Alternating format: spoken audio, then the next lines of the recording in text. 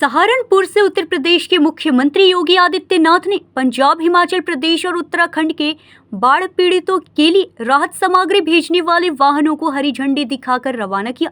राहत सामग्री में खाने पीने की वस्तुएं, तंबू, कंबल और अन्य जरूरी सामान शामिल है। मुख्यमंत्री ने अधिकारियों को निर्देश दिए कि सामग्री समय पर और सुरक्षित तरीके से पीड़ितों तक पहुंचाई जाए। मौके पर राहत सामग्री भेजने के दृश्य कैमरे में कैद हुए। न्यूज़ इंडिया 24 से काजल सिंह, ब्यूरो रिपोर्ट।